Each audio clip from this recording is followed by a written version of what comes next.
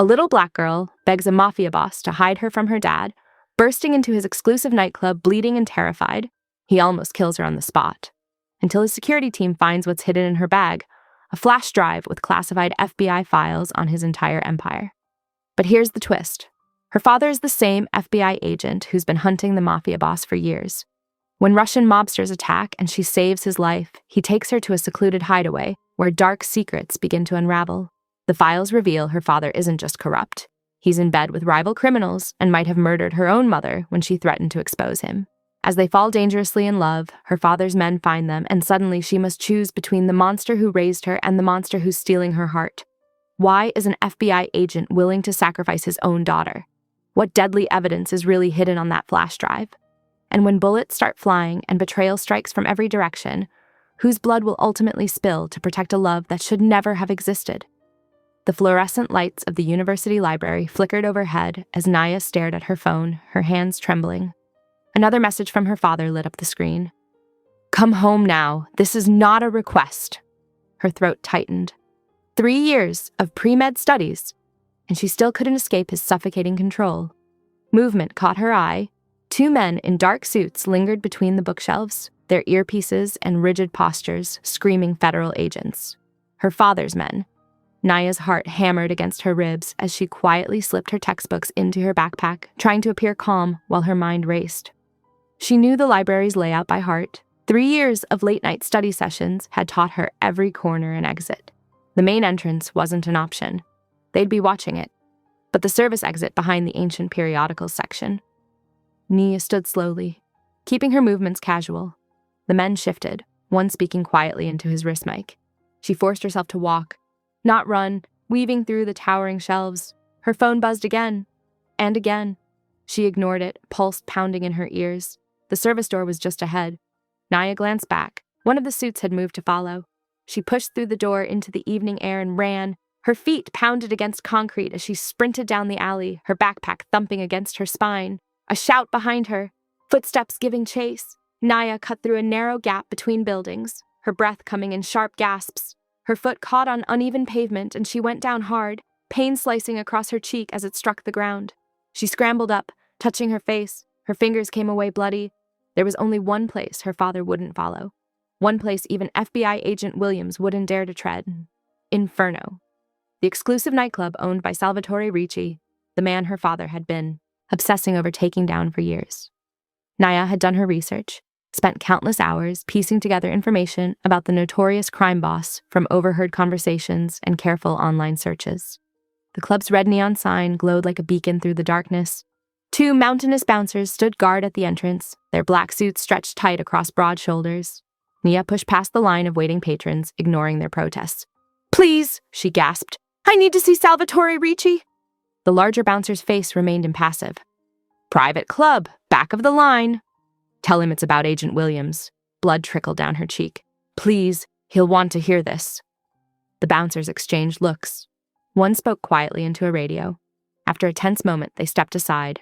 The club's interior was all dark wood and crimson velvet, crystal chandeliers casting warm light over the exclusive crowd. A hostess in a sleek black dress tried to intercept her, but Naya pushed past, heading for the private rooms upstairs. She'd memorized the club's layout from architectural plans filed with the city. 2 more guards blocked her path. Behind them, through open double doors, she caught glimpses of a meeting in progress. Men in expensive suits seated around a long table. At its head sat Salvatore Ricci himself. He was even more striking in person than in the surveillance photos she'd seen. Thick dark hair swept back from strong features, his steel gray eyes sharp and calculating as they fixed on the commotion at his door. A perfectly tailored black suit emphasized his powerful build. This was a man who commanded respect and fear with his mere presence. "Sir," one guard started, "I apologize for the interruption." But Naya was already pushing past them, her legs giving out as the adrenaline finally failed her. She fell to her knees before the table, feeling the weight of every gaze in the room. "Please," she said, looking up to meet Salvatore's cold stare. "My father is FBI agent Williams. He's going to kill me like he killed my mother. I need your protection." The room went deadly silent. Salvatore's captains tensed, hands sliding toward concealed weapons. But their boss remained still, studying her with unnerving intensity. His eyes took in every detail, the blood on her cheek, her trembling hands, the desperation in her face. "Agent Williams' daughter," he finally said, his voice a deep rumble that sent shivers down her spine. "Coming to me for protection, how interesting." He leaned forward, elbows on the table. "Tell me, Kara, why should I believe this isn't a trap?" "Because I have proof." Nia's voice shook but held firm. "Of his corruption, his deals with the Russians, everything." She pulled a USB drive from her pocket with unsteady fingers. "Including what really happened to my mother." Salvatore's expression didn't change, but something flickered in those steel gray eyes. He studied her for another long moment before speaking to his men without looking away from her face. "Leave us! Marco, get our guests some first aid for that cut, and have someone watch the perimeter. I'm sure Agent Williams' men won't be far behind." The captains filed out silently, though some cast suspicious glances her way. Nia remained on her knees, heart pounding, as Salvatore rose from his chair. He moved with predatory grace, circling around the table until he stood before her. His presence was overwhelming, power and danger radiating from him in waves. He reached down, one large hand gently gripping her chin, tilting her face to examine the cut on her cheek. His touch was surprisingly gentle, but she could feel the strength in his fingers. This was a man who could snap her neck as easily as he was showing her kindness. "You're either very brave," he said softly, "or very foolish, coming to someone like me for help." His thumb brushed away a drop of blood. "Perhaps both." Salvatore leaned back in his leather chair, fingers steepled beneath his chin as he studied the woman before him. Her natural curls had escaped their tie, framing a face that managed to be both vulnerable and defiant, despite the blood trickling down her cheek. Not FBI standard issue. This was no trained agent playing a part. "Check her," he ordered Marco, his trusted security chief. "Thoroughly."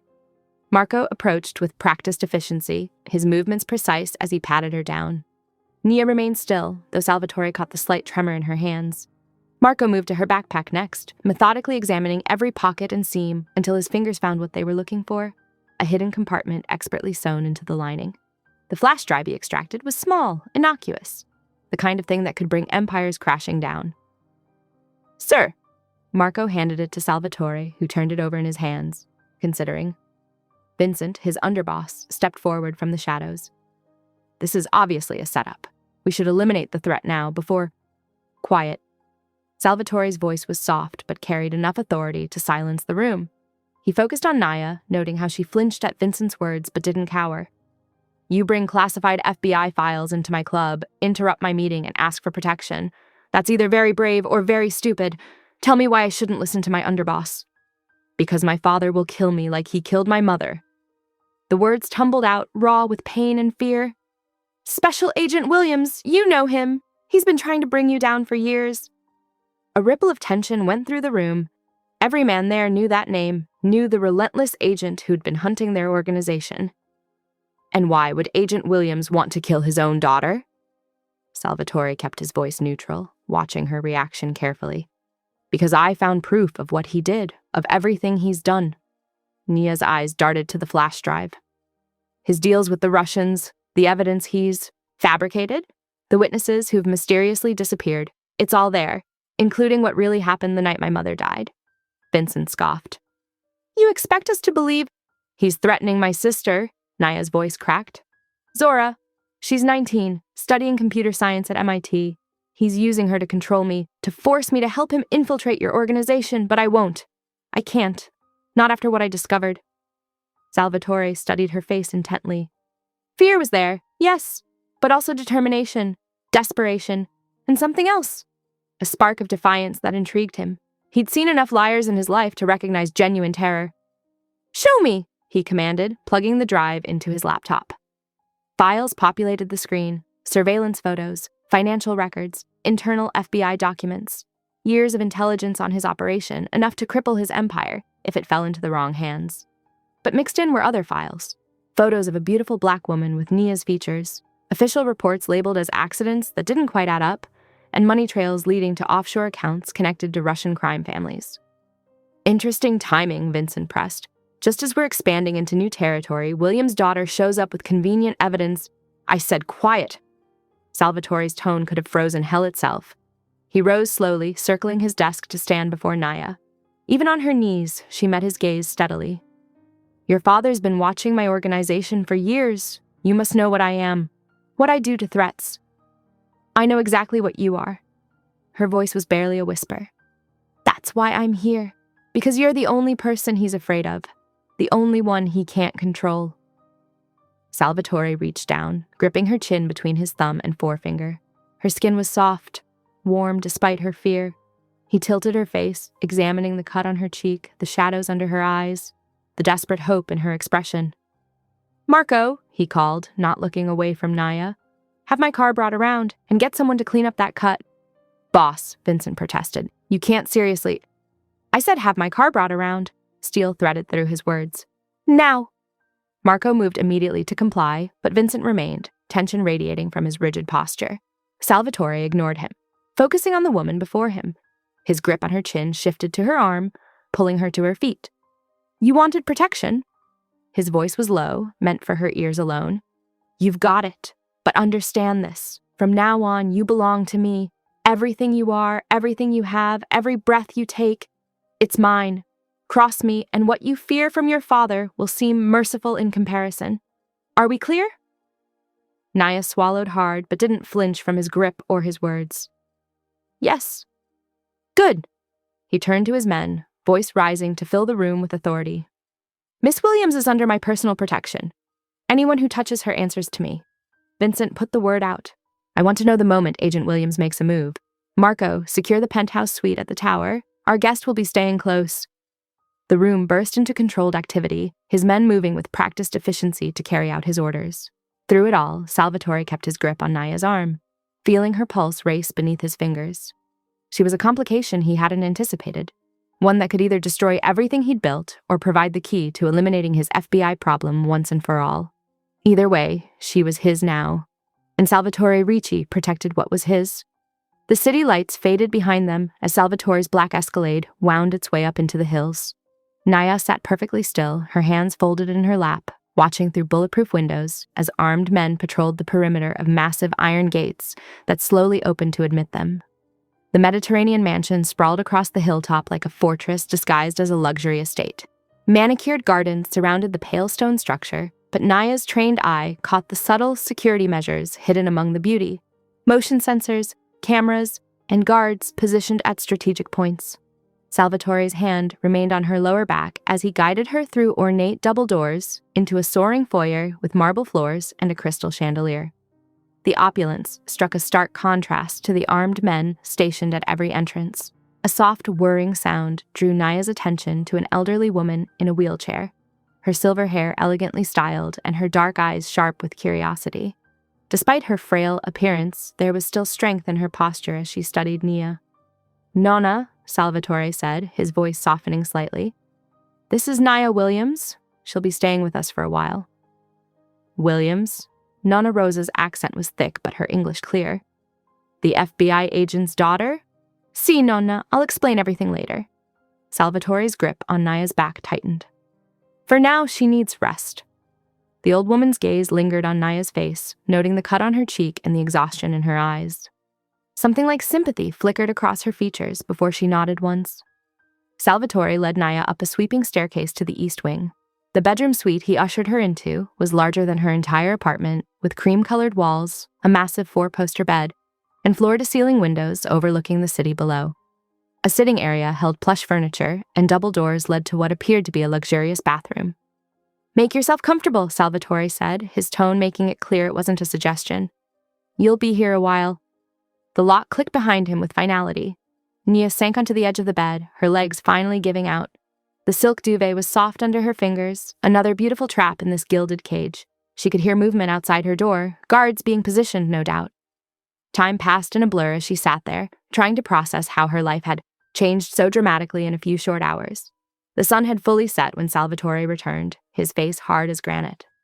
"Your drive makes for interesting reading," he said, closing the door behind him. "But there are several encrypted folders we can't access. Care to explain?" Naya wrapped her arms around herself.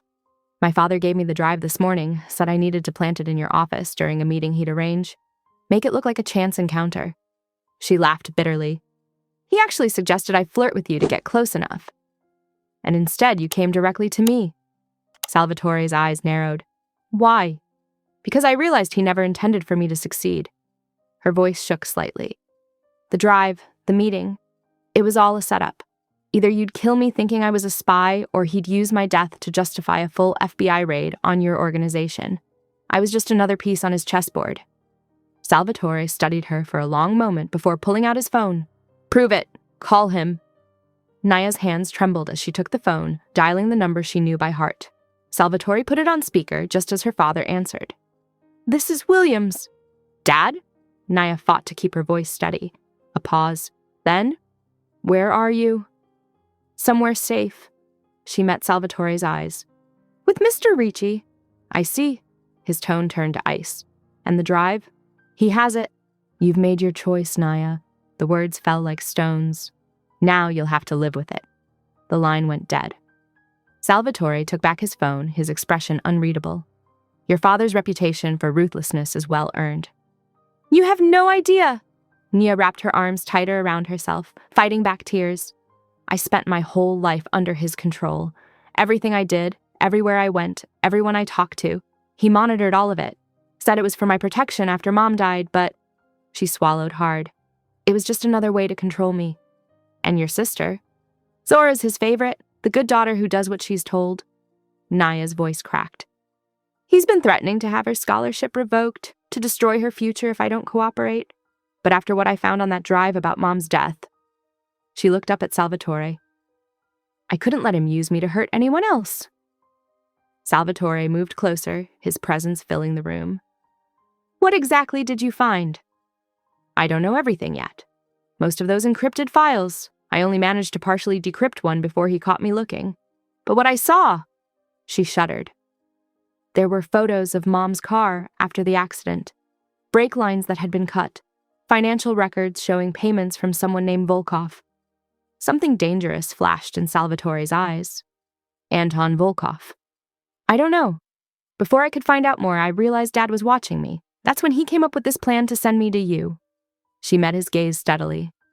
I'd rather take my chances with the devil I don't know than the one I do. Salvatore's laugh held. No humor. Be careful what you wish for, Bella. He moved toward the door. Get some rest. Tomorrow you're going to help my team decrypt those files. Every last one of them. And then, he paused, hand on the doorknob. Then we'll see just how useful you can be.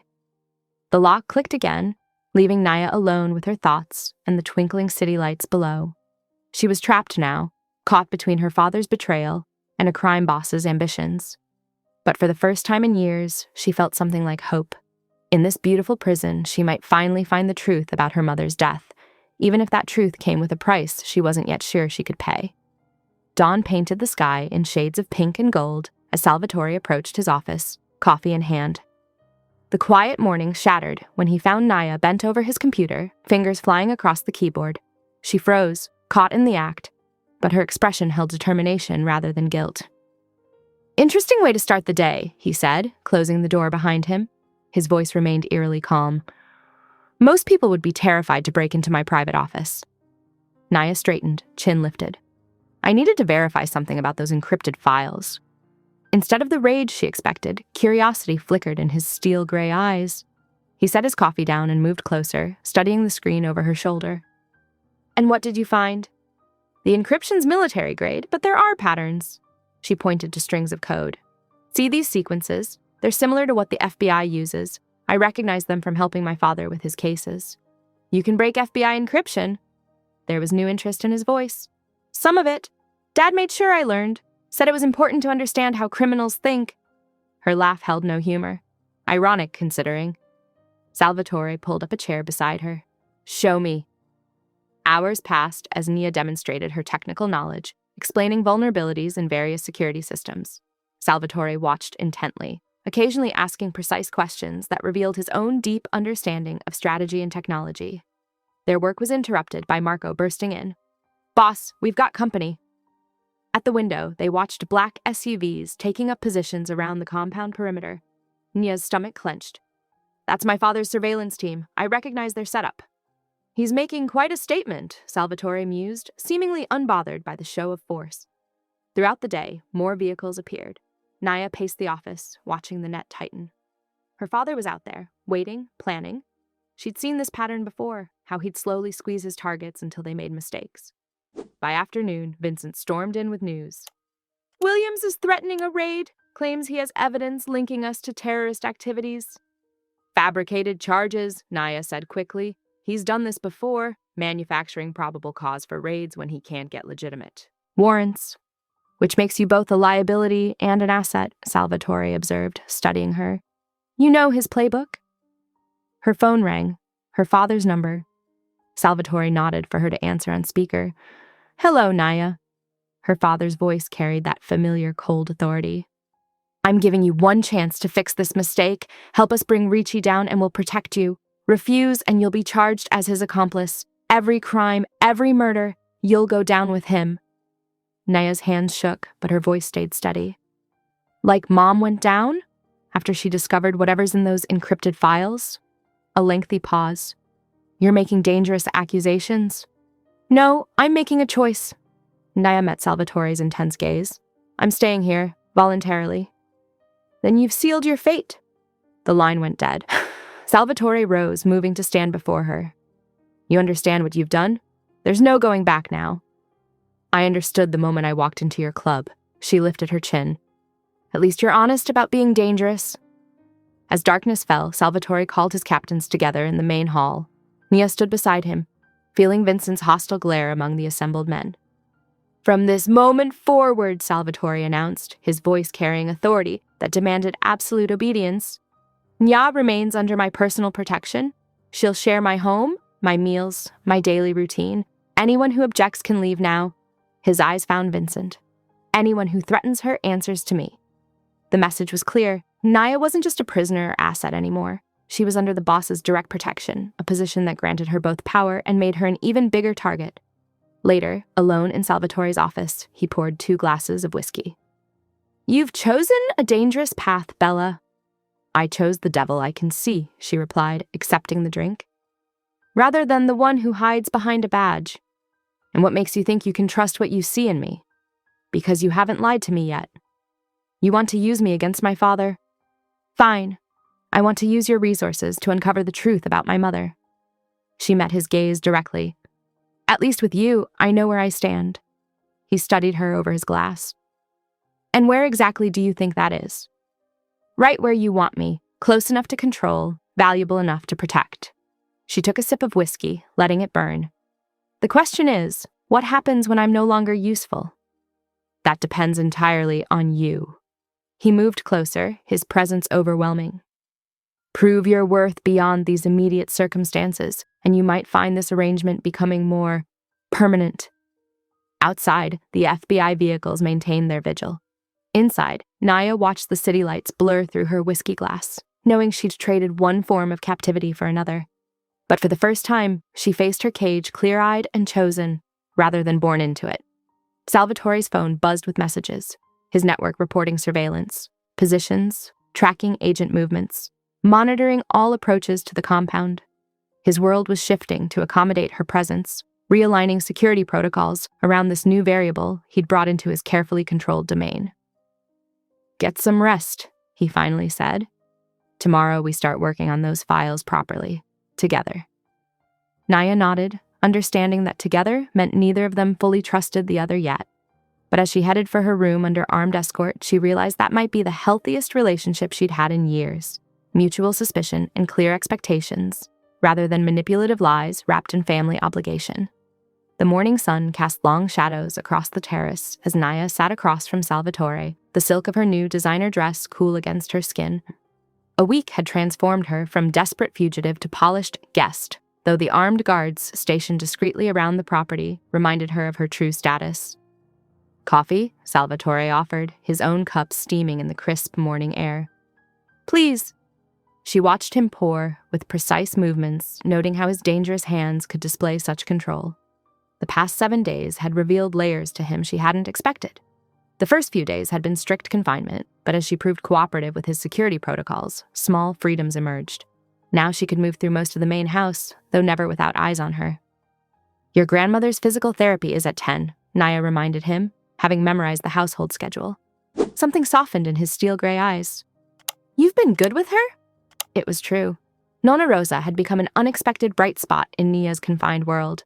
The elderly woman's fierce spirit remained undiminished by her stroke, and she seemed to delight in having another woman in the house.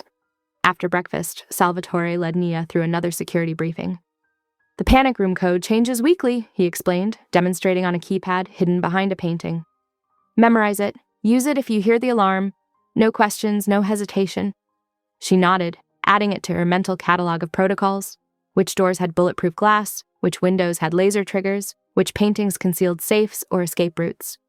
The house was a fortress disguised as a luxury estate. By afternoon, Nia sat with Nonna Rosa in the sunroom, helping the older woman with her exercises. Gentle now, she instructed, supporting Nonna's affected arm through the range of motion. Her medical training found purpose here, even as her career plans lay in ruins. "Such a good girl," Nonna Rosa said in her halting post-stroke speech. "Salvatore watches you, you know." Heat crept up Nia's neck. She had noticed his intense observation, the way his eyes followed her movements through his house, but she couldn't read his intent. Was it surveillance or something more? She'd seen his gentleness with his grandmother, the way he adjusted her blankets or helped her with meals. It complicated the image of the ruthless crime boss she'd researched before seeking his protection. The man who ordered deaths with a nod could also spend hours patiently helping his grandmother practice her speech exercises. The sun was setting when Marco, Salvatore's head of security, burst into the sunroom. "Boss needs everyone in the study. Now!" Nya helped settle Nonna Rosa with her evening medication before following Marco. The tension in his shoulders set off warning bells in her mind. In Salvatore's study, his captains had gathered, their faces grave. Vincent paced by the window, while others spoke in hushed Italian that Nia was only beginning to understand. "Volkov's men have been spotted in our territory," one captain reported. 3 separate locations in the past hour. Salvatore's jaw tightened. The name meant nothing to Nia, but she saw fear flash across several faces. "The Russians have always respected the boundaries," another man said. "Why now?" "Because they smell weakness," Vincent spat, glaring at Nia. "Ever since we took in the FBI's daughter." The crash of breaking glass cut him off. A brick sailed through the window, sending everyone diving for cover. Salvatore's hand shot out, pulling Nia behind his desk as his men drew weapons. Marco retrieved the brick, unwrapping a note tied to it. His face darkened as he handed it to Salvatore. Nia watched Salvatore's expression turn to ice as he read. The paper crumpled in his fist.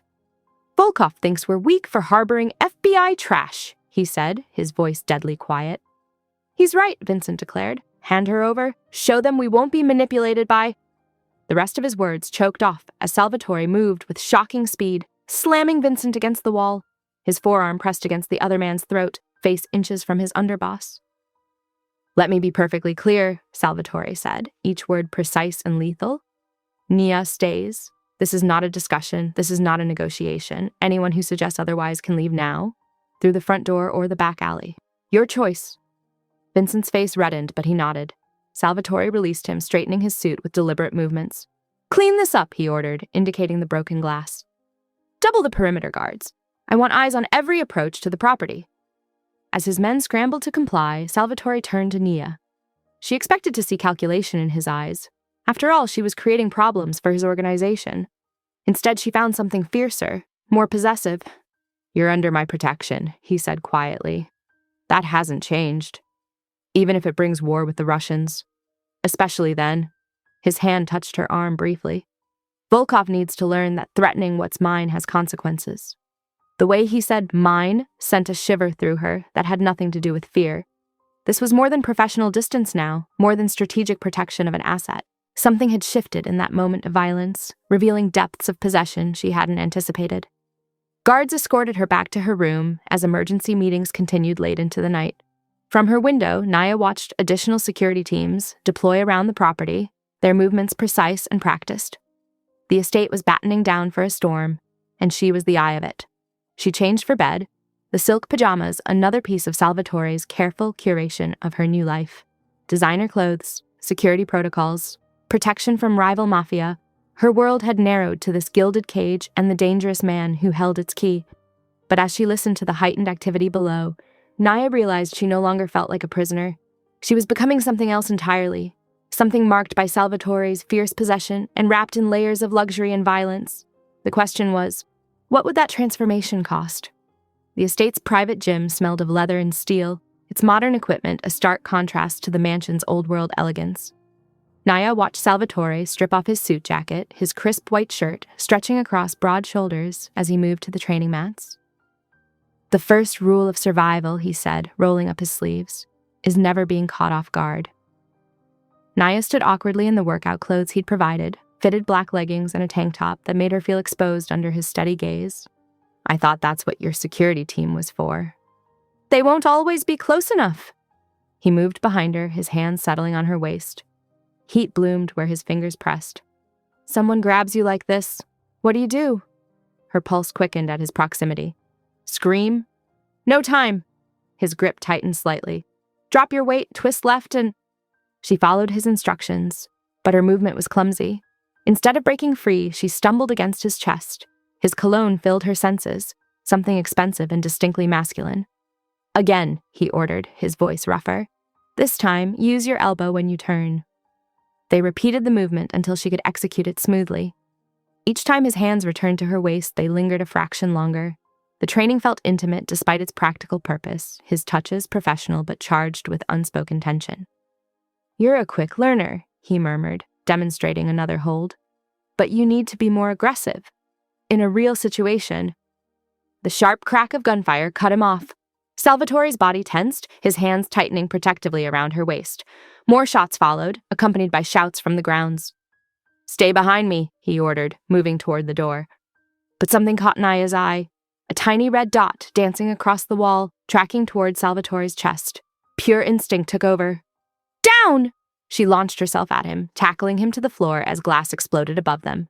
The bullet embedded in the wall where he'd been, standing seconds before. Salvatore rolled, covering her body with his, as more shots peppered the gym. His weight pressed her into the mat, one hand cradling her head, while the other reached for the gun holstered at his back. The position was intimate despite the danger, his heart pounding against her chest. "Boss!" Marco's voice crackled through Salvatore's earpiece. "Russians on the east perimeter. We've got 3 down."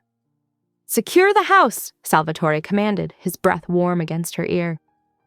"No one gets near my grandmother's wing." He glanced down at Naya, something fierce and appreciative in his gaze. "You just saved my life." "I saw the laser sight," she explained, suddenly aware of every point where their bodies connected. "Basic physics. Follow the light beam." A ghost of a smile touched his lips. "Pre-med training comes in handy." He shifted, keeping her sheltered as he assessed the situation. "Stay low. We're moving to the panic room." They crawled to the door, glass crunching under their palms. The sounds of combat echoed from the grounds, shouted orders, return fire, the squeal of tires. Salvatore's men were pushing the attackers back, but the damage was done. The Russians had breached the estate's legendary security. Salvatore led her through hidden passages she hadn't known existed, his hand gripping hers as they navigated the darkness. They emerged in his office, where he quickly accessed a hidden safe. "Take this," he said, pressing a small handgun into her palm. "Last resort only. Point and pull, nothing fancy." The weapon felt foreign in her hand, its weight a reminder of how far she'd come from her ordinary life of textbooks and labs. But she didn't hesitate to click off the safety, as Salvatore had shown her. Hours later, after the attack had been repelled and the ground secured, Naya lay in her bed, trying to process the day's events. The training session's intimate moments kept replaying in her mind, mixed with the adrenaline of combat and the feel of Salvatore's body shielding hers. She had just begun to drift off when a large hand clamped over her mouth. Her new training kicked in, she twisted, ready to strike, but Salvatore's familiar scent stopped her. "Quiet," he whispered, removing his hand. In the darkness, his expression was grim. "Pack only essentials. We're leaving in 5 minutes." "What? Why?" She sat up, clutching the silk sheets. "The Russians had detailed knowledge of our security systems." His voice hardened. "Someone on the inside is feeding them information."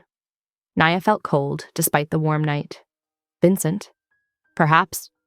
Salvatore moved to her closet, pulling out a small bag.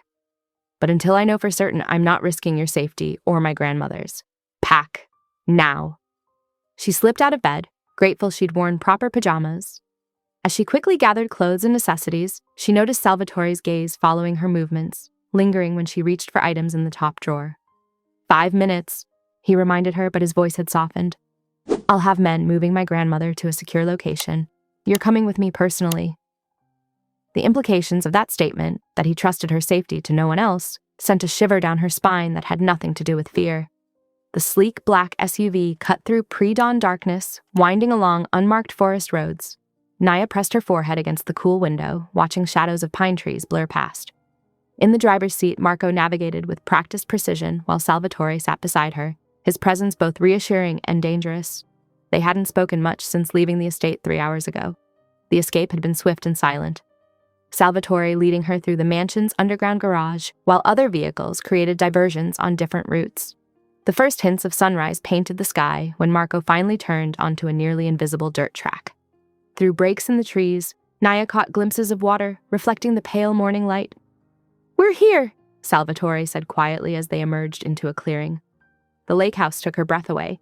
Modern angles of glass and rough-hewn stone rose organically from the landscape, managing to appear both imposing and perfectly integrated with its surroundings.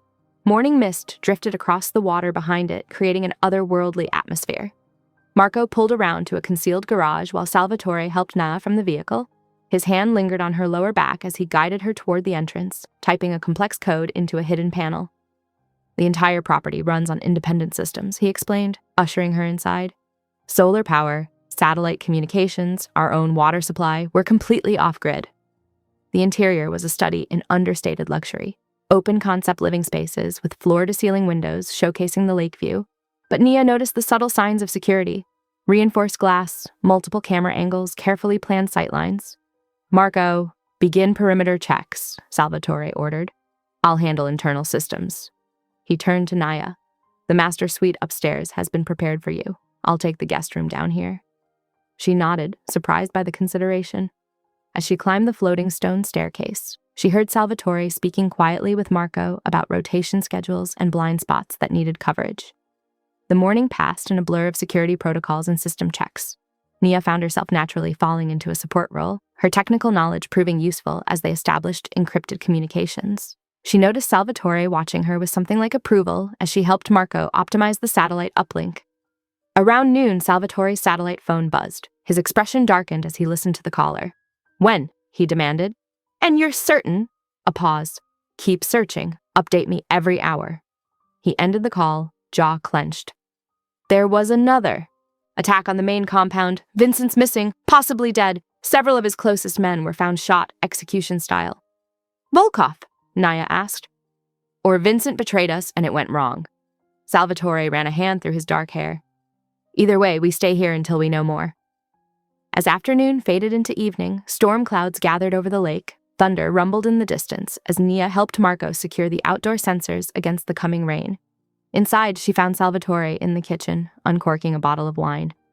"Join me?" he asked, gesturing to the great room where a fire crackled in a massive stone hearth.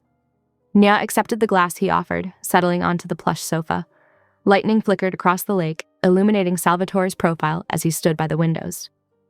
"Volkov wants the flash drive," he said finally, turning to face her. "He thinks it gives him leverage over both my organization and your father's investigation."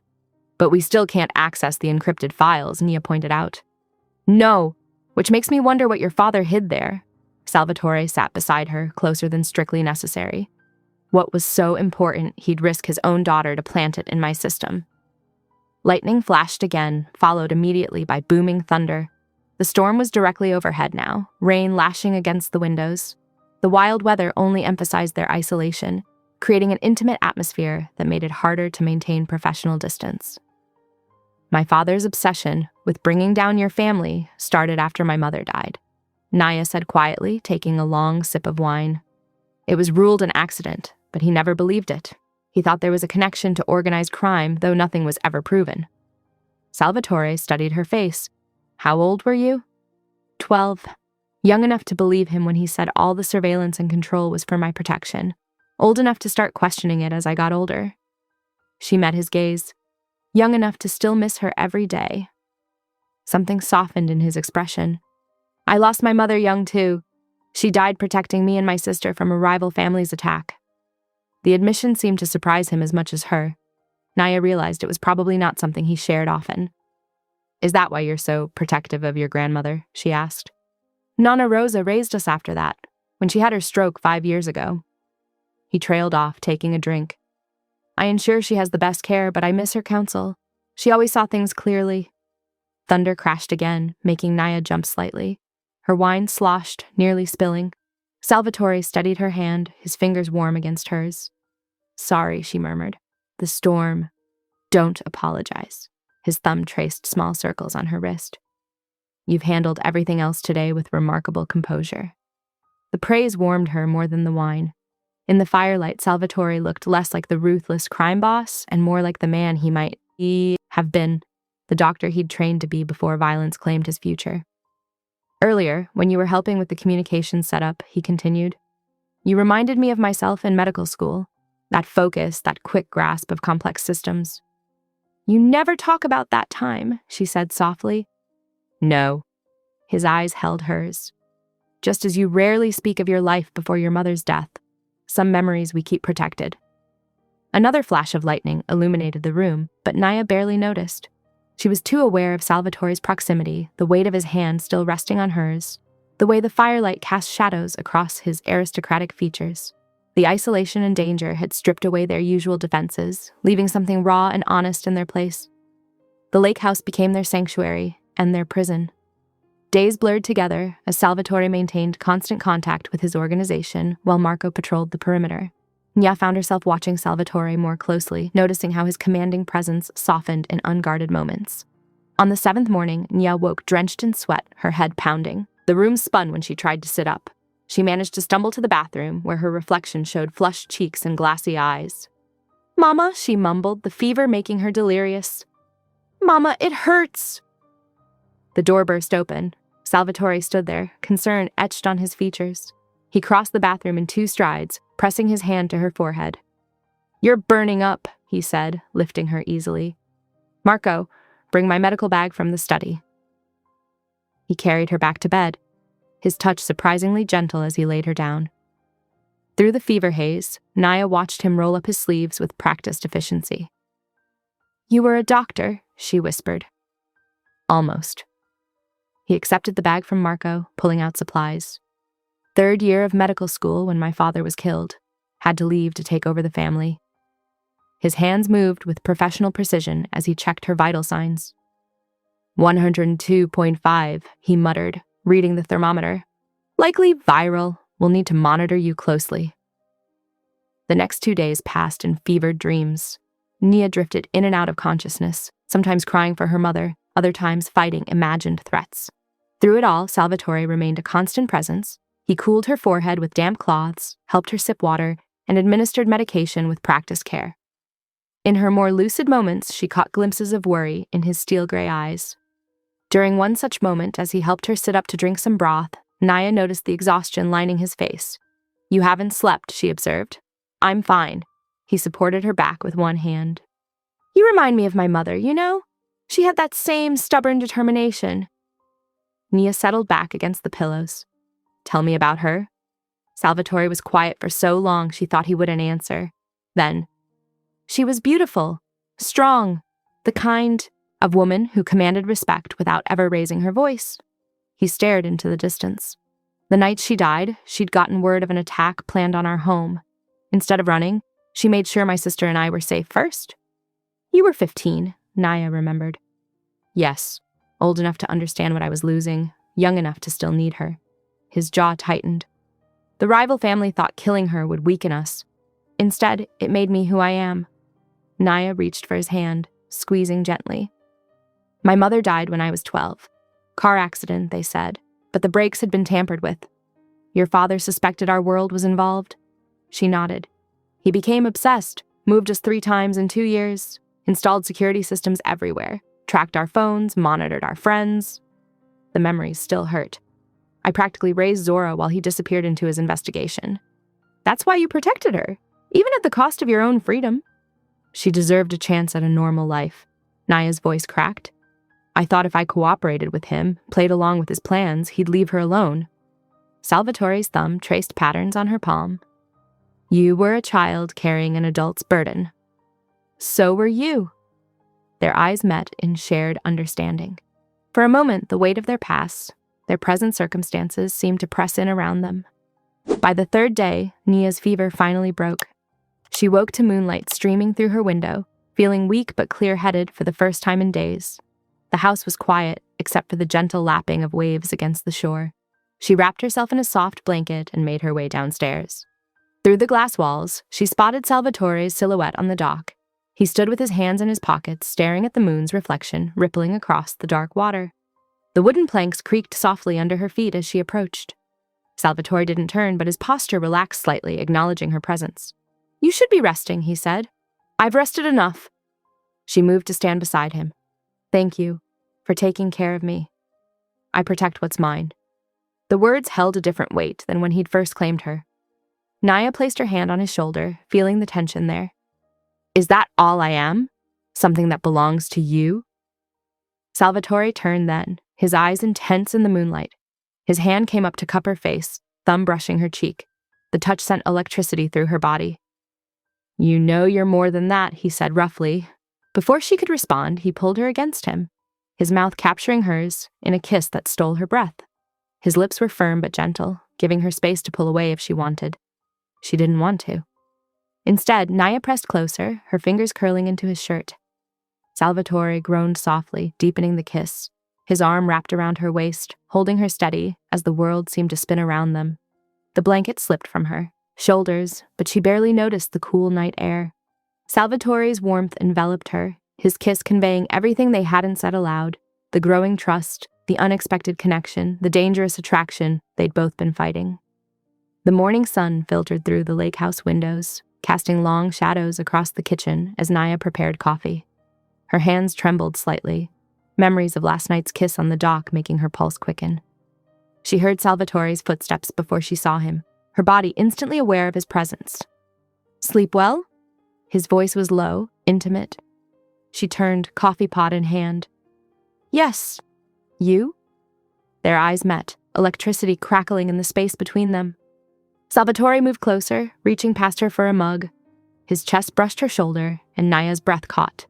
Marco's boots echoed on the deck outside. "Perimeter check," he announced through the glass door. "Back in an hour." The door clicked shut. Silence descended, heavy with possibility. Salvatore set down his empty mug. "Nia." The way he said her name broke something inside her. She turned and suddenly his mouth was on hers, hot and demanding. His hands gripped her hips, lifting her onto the kitchen counter. Coffee forgotten, Nia wrapped her legs around his waist, pulling him closer. "Tell me to stop," he gurgled against her neck. "Don't you dare." She tugged at his shirt, needing to feel his skin against hers. Their clothes fell away piece by piece. Salvatore's hands explored her body with the same methodical focus he brought to everything, learning what made her gasp and arch against him. When he carried her to the bedroom, her legs still wrapped around his waist, Nia felt dizzy with desire.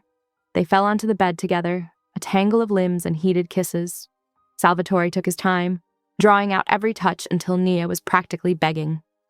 When they finally joined, the intensity nearly overwhelmed her. He moved with controlled power, watching her face as pleasure built between them. Afterward, they lay tangled in the sheets, Nia's head on his chest as his fingers traced patterns on her bare shoulder. The vulnerability of the moment seemed to crack open something deeper. "There's something you need to see," Salvatore said quietly. He reached for his phone on the nightstand, pulling up encrypted files. "We found these while analyzing the flash drive you brought." Nia sat up, clutching the sheet to her chest as she looked at the screen. Her eyes widened as she took in bank statements, coded messages, and surveillance photos, all showing her father meeting with known Russian Mafia figures. "He's been taking payoffs from Volkov," Salvatore explained, his voice gentle, "using his FBI position to target my family while protecting Russian operations."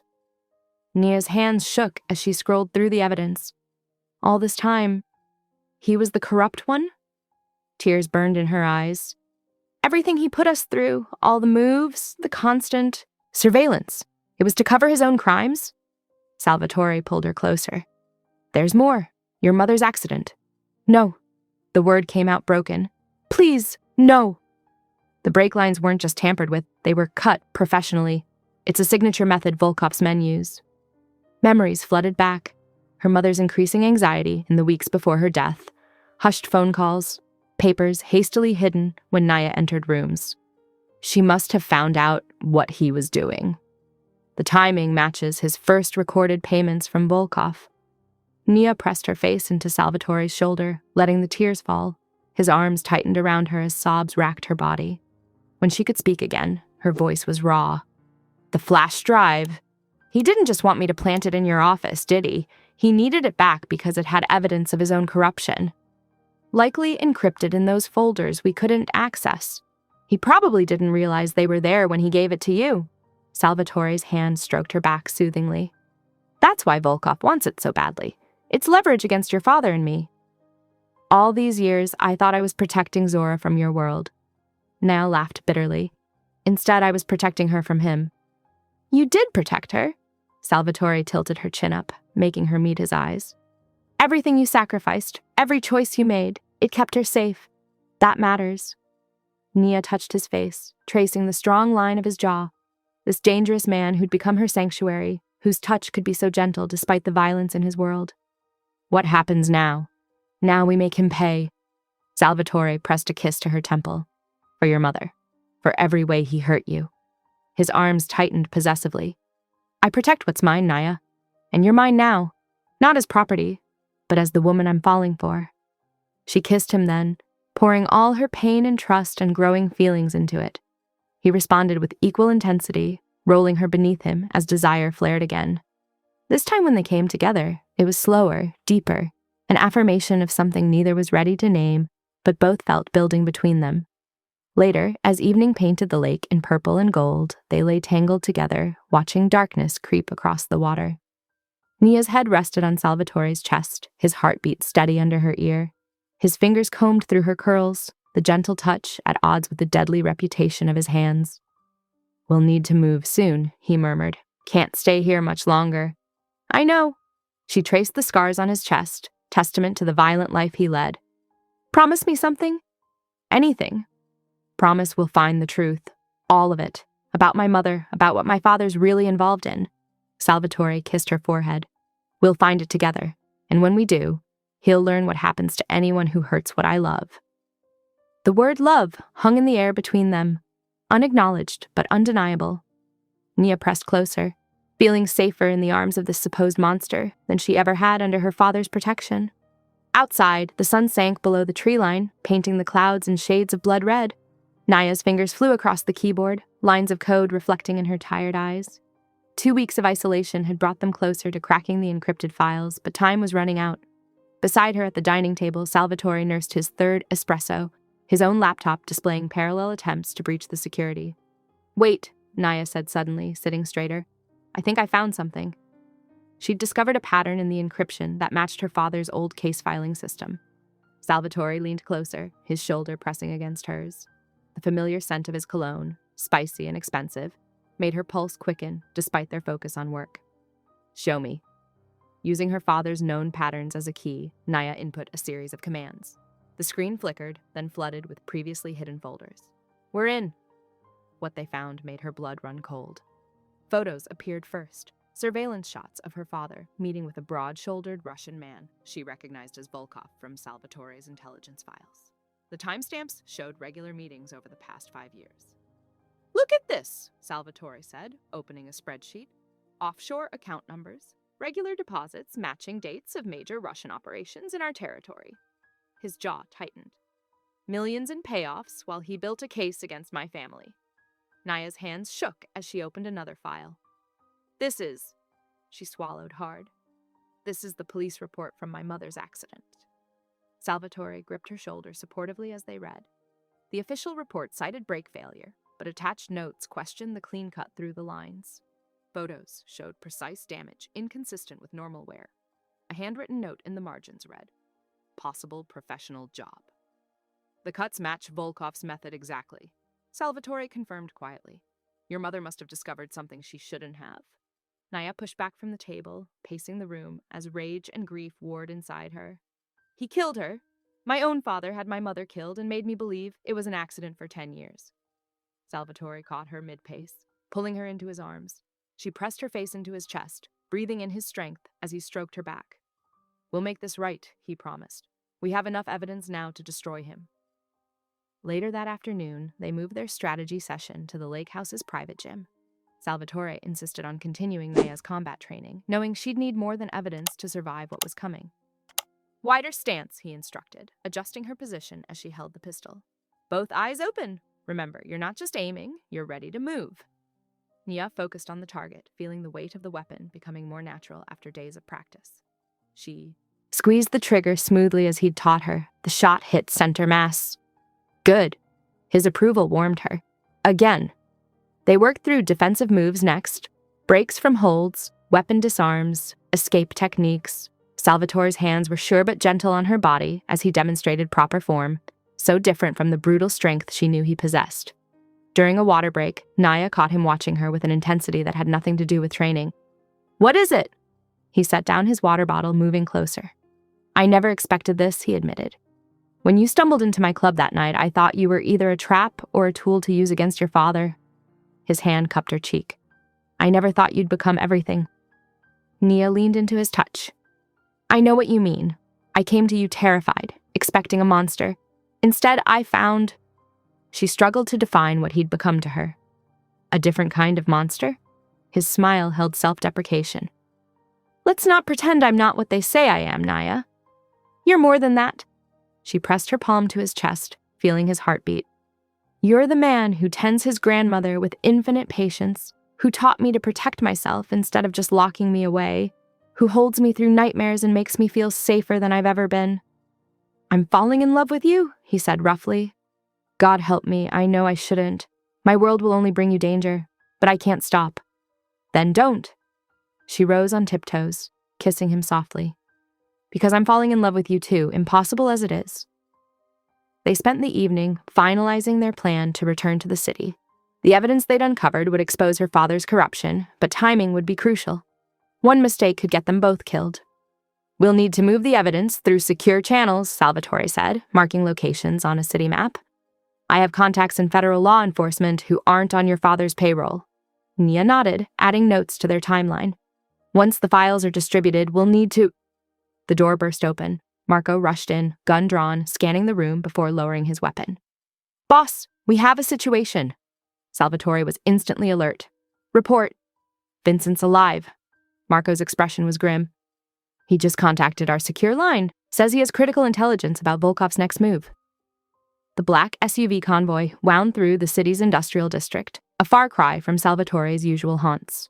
Nia sat between Salvatore and Marco in the back seat, her hand firmly clasped in his. 3 identical vehicles surrounded them, 2 ahead, 1 behind, packed with Salvatore's most trusted men. You're sure about this location? Marco asked, his ever-watchful gaze scanning the warehouses they passed. Salvatore nodded.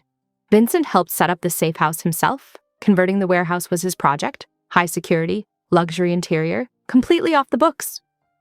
The convoy pulled into an unmarked garage entrance. Inside, the industrial facade gave way to polished concrete and gleaming steel. Armed men lined their path to the elevator, faces Naya recognized from Salvatore's inner circle. Vincent waited for them in a stunning penthouse apartment, his left shoulder wrapped in pristine bandages. His usual sharp suit was slightly rumpled, dark circles under his eyes lending credence to his ordeal. But something in his smile made Naya's skin crawl. Boss. Vincent embraced Salvatore with his good arm. Thank God you're alive. When the Russians hit the compound. Save it! Salvatore cut him off, though not unkindly. Tell me what you learned during your stay with Volkov's men. They moved to a private study, leaving Nia with Marco in the open-plan living area. She paced the floor-to-ceiling windows, watching the city lights flicker to life as sunset painted the sky blood red. You feel it too? Marco asked quietly. Nia turned to find him studying her. Something's wrong, she admitted. The timing, the convenient intelligence. It's too perfect. Marco nodded slightly, hand resting on his concealed weapon. Stay close to Salvatore tonight. Hours dragged by as Salvatore and Vincent strategized behind closed doors. When they finally emerged, Vincent's eyes lingered on Naya, a beat too long. She suppressed a shiver. We'll move on the FBI tomorrow, Salvatore announced. Vincent's intel confirms your father's meeting with Volkov at noon. We'll have teams in position by 11. Vincent gestured to a formal dining table already set for dinner. We should eat, plan the details. I had my chef prepare something special. The meal was elaborate. Wine-braised short ribs, truffle risotto, bottles of expensive Barolo. Vincent played the perfect host, personally filling wine glasses and serving portions. Nya noticed him watching as she raised her glass, so she made a show of sipping while actually letting the wine wet only her lips. Her caution proved life-saving. Within 20 minutes, Salvatore's movements grew sluggish. Marco slumped forward, barely catching himself on the table edge. Even the guards stationed around the room swayed on their feet. "Salvatore," Nia whispered urgently, squeezing his arm. His eyes were unfocused as he tried to stand. Vincent's phone lit up with a text. He smiled, all pretense dropping away. "Right on schedule." "You son of a bitch!" Salvatore slurred, reaching for his gun with clumsy fingers. The elevator dinged. Heavy boots thundered down the hallway. Not Salvatore's men, but tactical teams in dark uniforms. At their head strode Agent Williams, Naya's father, his FBI jacket a mockery of justice. "Take them," he ordered. Chaos erupted. Marco managed to fire 2 shots before being overwhelmed. Salvatore fought through the sedation, his raw willpower driving him toward Naya as she screamed his name. A gun cracked, red bloomed across his chest. "No!" Naya launched herself toward him, but strong arms grabbed her from behind. She thrashed wildly, watching in horror as Salvatore crumpled. Their eyes met for one eternal moment before his closed. "Get her out of here," her father commanded. They dragged her backward, her throat raw from screaming. Vincent stood smugly by the table, raising his wine glass in mock salute as she disappeared into the elevator. The drive passed in a blur of tears and rage. They took her to a windowless concrete building on the outskirts of town.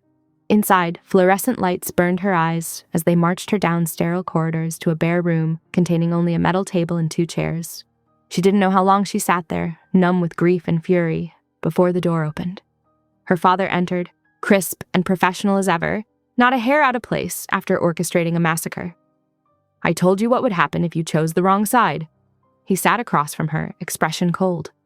"Salvatore Ricci is dead. Vincent will assume control of the organization under our supervision, and you, my dear daughter, will do exactly as I say from now on." Nia stared at him, the stranger wearing her father's face. "Like Mom did, before you had her killed?" His expression didn't change, but something flickered in his eyes. "Your mother made unfortunate choices." "She discovered your deal with Volkov," Naya spat. "Just like I did. What's he paying you? Millions to look the other way while he takes over Salvatore's territory?" "You don't understand the complexities." "I understand perfectly." Her voice shook with rage. "You're a corrupt, murdering bastard who sacrificed his own family for power. And you failed. We decrypted the files. Multiple copies are already in transit to every major law enforcement agency and news outlet in the country." For the first time, she saw fear crack his composed facade. She leaned forward, baring her teeth in a savage smile. "Salvatore taught me well, always have a backup plan." The sound of gunfire erupted somewhere in the building. Her father's head snapped toward the door as alarms began to blare. Naya's smile grew wider, darker, more like the man who'd taught her to survive. "He taught me something else too," she whispered as boots thundered down the hallway. "The most dangerous moment is when you think you've won." The fluorescent lights buzzed overhead as Naya tested the handcuffs binding her to the metal table.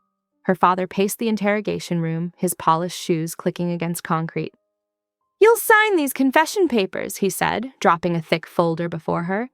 "Money laundering, conspiracy, aiding a criminal enterprise. The works." Nia's laugh held no humor. "And why would I do that?" "Because you're the perfect bait." He leaned forward, hands splayed on the table. "Any surviving Ricci loyalist will come running to save their boss's woman. We'll be waiting." "You mean Volkov will be waiting?" she spat. "How many millions did it take to buy your soul?" His hand cracked across her face, splitting her lip. She tasted blood but didn't flinch. "You sound just like your mother," he snarled. She didn't understand either, always threatening to expose things she couldn't comprehend. She understood perfectly, just like I do now. He straightened his tie, composure returning. "Perhaps this will help you comprehend." He slid several surveillance photos across the table. Naya's heart stopped. The images showed Zora walking across her college campus, sitting in the library, entering her dorm. In some, men in dark suits lurked in the background. "She has no idea they're there," her father said softly. "One phone call changes that." Miles away, Salvatore gasped awake on a leather couch, pain radiating through his chest. Marco pressed him back down. "Easy, boss. The vest caught most of it, but you've got cracked ribs. Salvatore fought through the fog of sedatives. Nia? Williams has her. Vincent helped him take a black site facility off books for Volkov's operation. Get me up! Salvatore gritted his teeth against the pain. Call everyone. I want locations on all of Williams' known associates within the hour. Already done. Marco helped him stand. Team 1 has his partner detained. Team 2 is moving on his handler. They drove through the city, Salvatore's fury building with each stop. At a downtown parking garage, he questioned Williams's partner, letting the man's screams echo off concrete walls until he revealed safe house locations. In a suburban home, the handler's wife sobbed as Salvatore systematically broke her husband's fingers until he gave up access codes to FBI surveillance systems. Your father's very thorough, Salvatore told an unconscious Williams partner, wiping blood from his knuckles. But I'm better. Back in the interrogation room, Nia watched the door open. Agent Chen entered, a young woman who'd shown small kindnesses during processing. Bathroom break, Chen said, unlocking the cuffs. In the hallway, Nia stumbled deliberately, falling against Chen. I'm sorry. The sedatives they gave me earlier. Here, let me help. Chen steadied her, leaving her phone exposed in her jacket pocket. Nia palmed it smoothly, the way Salvatore had taught her. In the bathroom, she sent Marco a quick text with her location before deleting it and returning the phone to Chen's pocket when the agent helped her back to interrogation. Hours passed. Salvatore's methodical elimination of her father's network continued while Nia waited, watching shadows lengthen through the small window. She thought of Salvatore, grief and hope warring in her chest. She'd seen him fall, but she'd also seen him survive impossible things. The door opened again. Her father entered holding a syringe, expression grim. You're too much like your mother, he said, tapping the needle. I can't risk you talking to internal affairs. Nia stared at the syringe, understanding filling her with ice.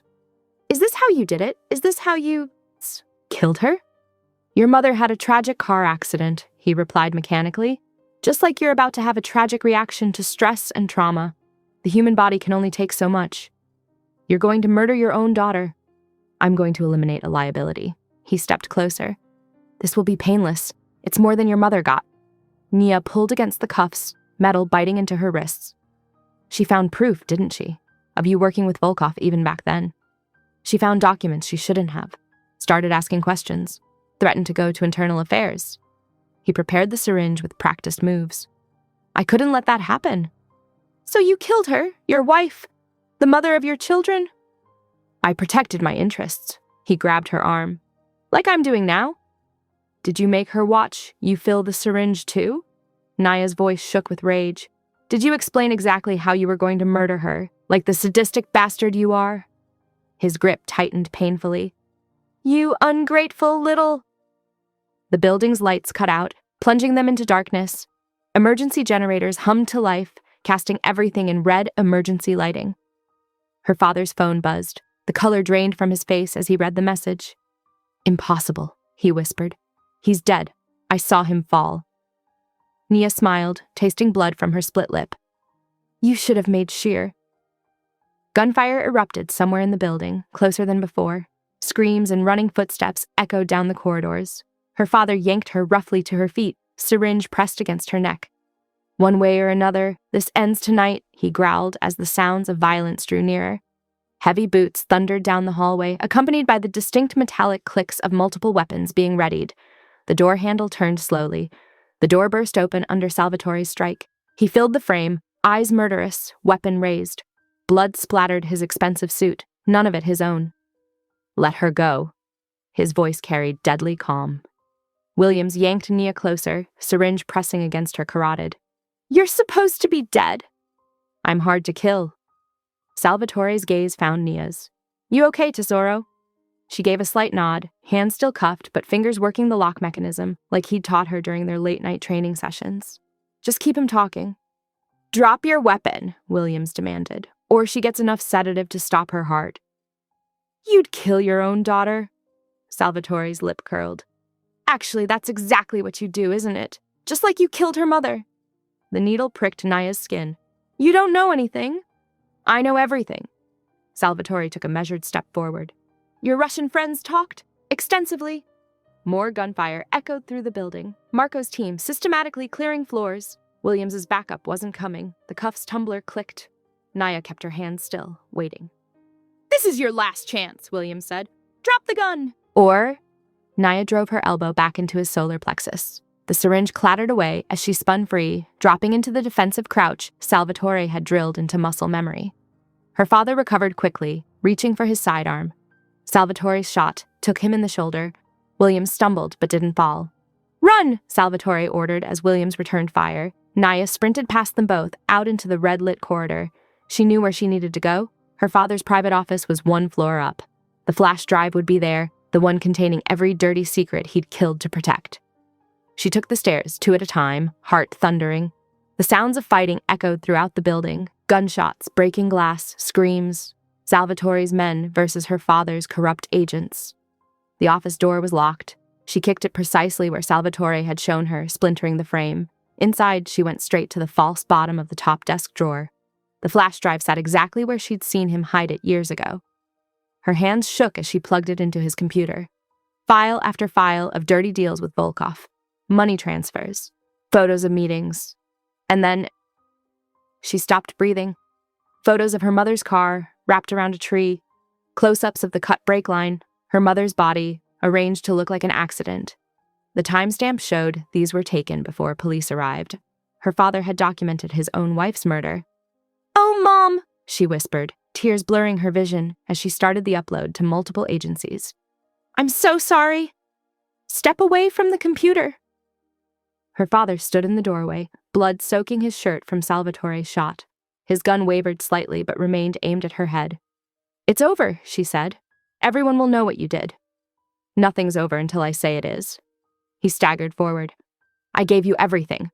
Protected you. This is how you repay me?" "Protected me?" Rage steadied her voice. "You controlled me, threatened Zora, murdered our mother." She was weak, like you're weak. He reached for the computer. Naya grabbed the letter opener from his desk, slashing at his gun hand. The weapon skittered across the floor as they grappled. He was stronger, but she was younger, faster, fueled by decades of suppressed fury. They crashed into the bookshelf. Her father's hands found her throat. Stars burst behind her eyes as he squeezed. "I should have done this years ago," he snarled. The door exploded inward. Salvatore filled the frame, murder in his eyes. Williams spun, reaching for his backup weapon. Time slowed. Naya saw the gun rising toward Salvatore, saw her father's finger tightening on the trigger, saw the dropped service weapon near her feet. She didn't hesitate. The gunshot was deafening in the enclosed space. Her father's eyes widened in shock as he looked down at the spreading red stain in his chest. His gun clattered unfired from nerveless fingers. "That's for my mother," Naya said as he collapsed. Salvatore crossed to her in 2 strides, hands checking her for injuries. "Are you hurt?" She shook her head, letting herself lean into his solid warmth. "The evidence?" "Uploading now."